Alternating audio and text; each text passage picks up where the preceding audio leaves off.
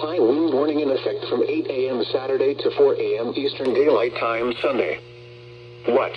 West winds 20 to 35 miles per hour with gusts up to 55 to 65 miles per hour expected.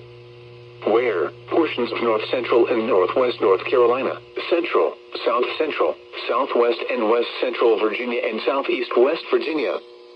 When? From 8 a.m. Saturday to 4 a.m. Eastern Daylight Time Sunday.